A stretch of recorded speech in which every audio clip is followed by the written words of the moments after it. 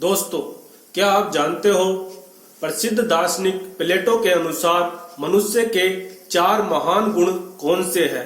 प्रसिद्ध दार्शनिक प्लेटो ने अपनी पुस्तक रिपब्लिक में जिन 4 गुणों का वर्णन किया है, इसमें सबसे पहला है बुद्धिमत्ता, दूसरा है अभय, तीसरा है संयम, चौथा है न्याय।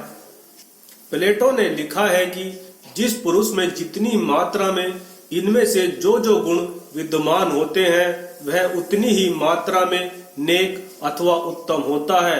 प्लेटो के लिखने के पश्चात यूरोप के विचारशील विद्वानों ने इन गुणों को अपने विचार की कसौटी पर परखा और अपनाया।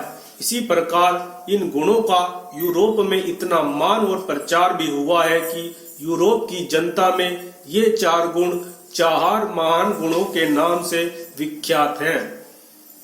ईसाई धर्म ने इनके विपरीत धर्म और भक्ति के 3 गुण श्रद्धा, आशा और ध्यान को महानता प्रदान की है।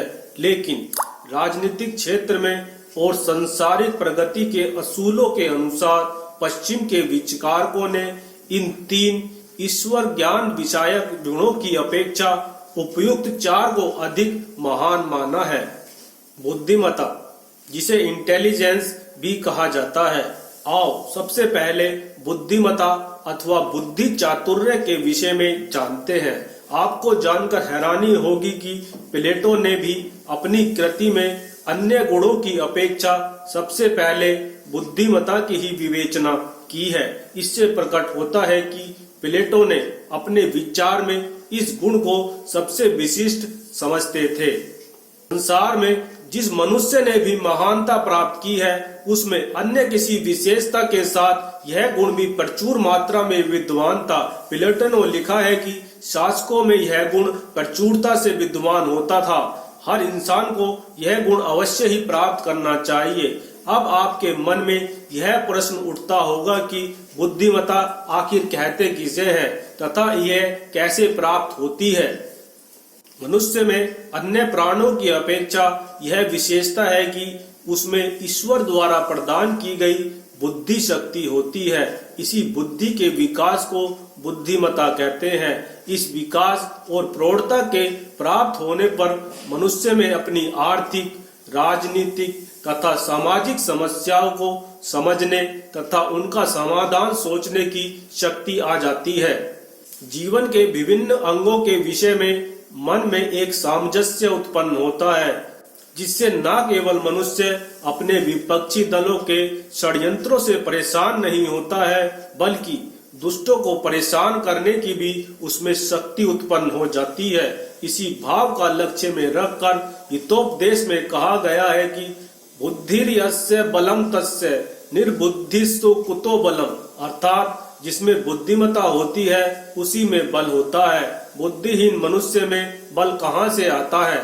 अतः हमें यह जानना होगा कि बुद्धि का विकास कैसे होता है और उसमें प्रौढ़ता कैसे उत्पन्न होती है। इसका उत्तर यह है कि बुद्धि के विकास की स्थिति 2 काम करने से प्राप्त होती है।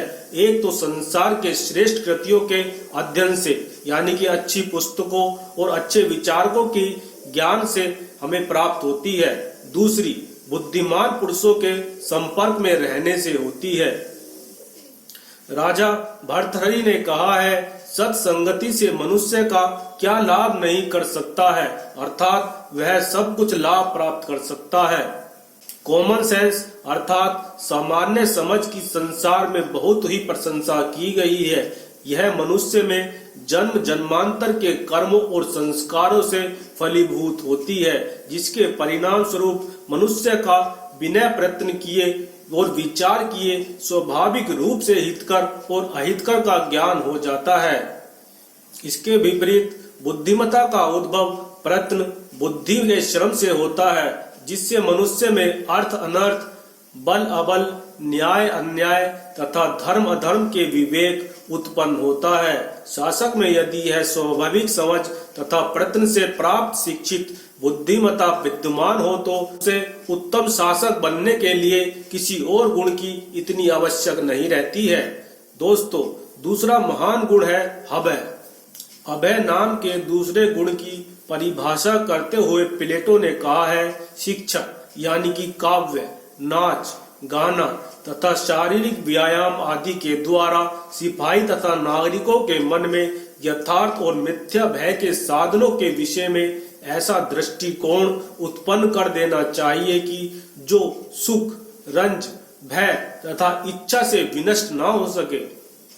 हमारे विचार में इस प्रकार के विवेक से मिथ्या भय तो स्वतः ही लुप्त हो जाता है तथा यथार्थ भय के प्रतिकार के लिए भी और शिक्षा का आयोजन भी करना चाहिए, जिससे कि सिपाही और नागरिक किसी वास्तविक भय के कारण अभिभूत न होकर उसको अभिभूत करना सीख सके, और यदि कभी ऐसी वास्तविक घटना उपस्थित हो तो निर्भय होकर उसका सफलतापूर्वक प्रतिकार कर सके।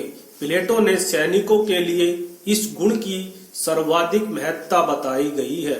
स्वतंत्रता संग्राम में महात्मा गांधी जी ने भारतवासियों में यही भावना अनवरत रूप से परिपूर्ण करने की चेष्टा की थी।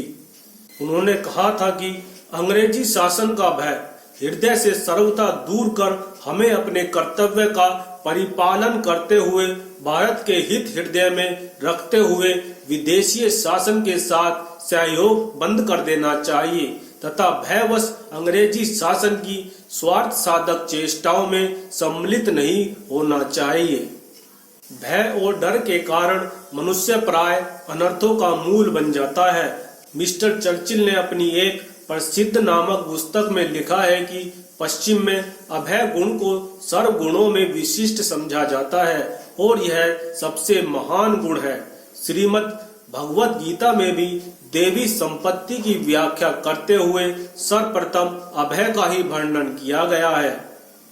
अभय के बिना शासक राजनीतिक कर्म में और सिपाही युद्ध में अग्रसर नहीं हो सकते हैं और न ही नागरिक अपनी नागरिकता संबंधी कर्तव्य को यथेष्ट पालन कर सकते हैं। अभय के होने से मनुष्य के भय जनित सर्व अनर्थों का नाश हो जाता है। भय से या डर से मनुष्य की धार्मिक भावनाएं नष्ट हो जाती हैं, उनका नैतिक पतन हो जाता है, परतंत्रता आ जाती है, अधिक हानि होती है, बुद्धि नष्ट भ्रष्ट हो जाती है तथा सुख समाप्त हो जाता है। मैकियावेकी ने लिखा है कि किसी भी पुरुष को अभिभूत होकर उससे अपना स्वार्थ सिद्ध करने का सर्वोत्तम उपाय यह है कि वह उसे अपने से भयभीत कर देना। अतः मनुष्य का अभय गुण प्राप्त कर भय का प्रतिकार करना चाहिए। प्लेटो ने तीसरा गुण संयम माना है। इसका अनुवाद मनोनिग्रह अथवा आत्म संयम भी हो सकता है।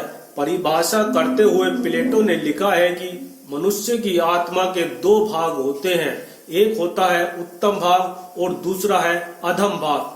जो मनुष्य अपने सुखों और इच्छाओं को संयत करके अपनी आत्मा के अधम भाव को उत्तम भाव के अधीन कर देता है, वह मनुष्य संयमी और आत्मवान कहलाता है। तथा जिस मनुष्य में बुरी शिक्षा और कुसंग के कारण मन का उत्तम भाग अधम से अभिभूत हो जाता है, उसे अपने मन को गुलाम और उसूल रहित कहा जा सकता है। इसके आगे प्लेटो ने और भी लिखा है कि एक देश के उच्च शिक्षा युक्त तथा अच्छे घरों में उत्पन्न हुए लोगों में यह गुण अधिक मात्रा में होता है तथा बच्चे, स्त्रियों, नौकरों तथा निम्न स्तर के लोगों में कम मात्रा में पाया जाता है। संयमित पुरुषों की इच्छाएं सरल और थोड़ी सी होती हैं, बुद्धि और विचार के अनुसार उदित और विलीन भी हो सकती है। इसके विपरीत असंयत पुरुषों में बहुत सारे उलझे हुए सुख दुख और इच्छाएं विद्यमान होती हैं। संयम का गुण देश की समस्त जनता अथवा शासक वर्ग, सिपाहियों तथा नागरिकों के लिए समान रूप से आवश्यक है। अतः इससे स्पष्ट होता है कि संयम नामक गुण का अर्थ है मन को बुद्धि के अधीन कर देना, और इस प्रकार की अधीनता से मनुष्य की इंद्रियां स्वतः ही उसके वश में हो जाती है। जिस मनुष्य की इंद्रियां और मन वश में है, वह सारे संसार का राज्य प्राप्त कर सकता है। इसके विपरीत असंयमित की हानियां ही आप लोग अच्छी तरह से जानते होंगे। जीवन असंयमित होने से मनुष्य का स्वास्थ्य नष्ट हो जाता है, चाल चलन दूषित हो जाता है और अंत में धन और राज्य तक भी नष्ट हो जाते हैं। इतिहास में बहुत से ऐसे शासकों के उदाहरण आपको मिल जाएंगे जो संयम के अभाव के कारण अपने राज्य से वंचित हो गए। महाभारत में महाराज नहुष का उदाहरण इसी दृष्टि से शिक्षा लेने योग्य है। इसके विपरीत राजा जनक तथा महाराजा रामचंद्र जी के उदाहरण संयमित जीवन के मूर्तिमान रूप है। चौथा और अंतिम गुण है न्याय। प्लेटो ने न्याय की परिभाषा करते हुए केवल मजिस्ट्रेट अथवा जज को न्याय और अन्याय का विधायक नहीं माना है, बल्कि जो पुरुष दंड योग्य अपराध करता है उसके उस अपराध करने को भी अन्याय माना है। इसके अतिरिक्त जिस किसी आचार अथवा कानून से देश का अहित होता है, प्लेटो ने उसे भी अन्याय माना है तथा लिखा है कि यह गुण ऊपर वर्णित शेष 3 गुणों की मूल भित्ति है, अर्थात कहीं पर भी अनुपयुक्त 3 गुण तभी विद्यमान हो सकते हैं जबकि वहां चतुर्गुण अर्थात न्याय पहले से विद्यमान हो, लेकिन कहीं पर भी ऊपर लिखित 3 गुण न होने पर भी चतुर्गुण विद्यमान हो सकते हैं और अपनी सत्ता से अन्य तीनों की भी उदय का कारण बन सकते हैं। प्लेटो के मत के अनुसार यह चतुर्थ गुण किसी भी देश के शासक और शासित अथवा समस्त जनता में समान रूप से मौजूद होना चाहिए। प्लेटो ने लिखा है कि इस गुण से मनुष्य में उत्तमता और सामाजिकता दोनों विशेषताएं आती हैं, क्योंकि यदि मनुष्य अपने समाज के दूसरे मनुष्य के प्रति न्यायकुल संयम युक्त व्यवहार न करे और अपनी शक्ति के अनुसार अपना स्वार्थानुकूल सब कर्म संपादन तथा लाभ प्राप्त करने में लग जाएगा तो समाज भी स्थिर नहीं रह सकता है।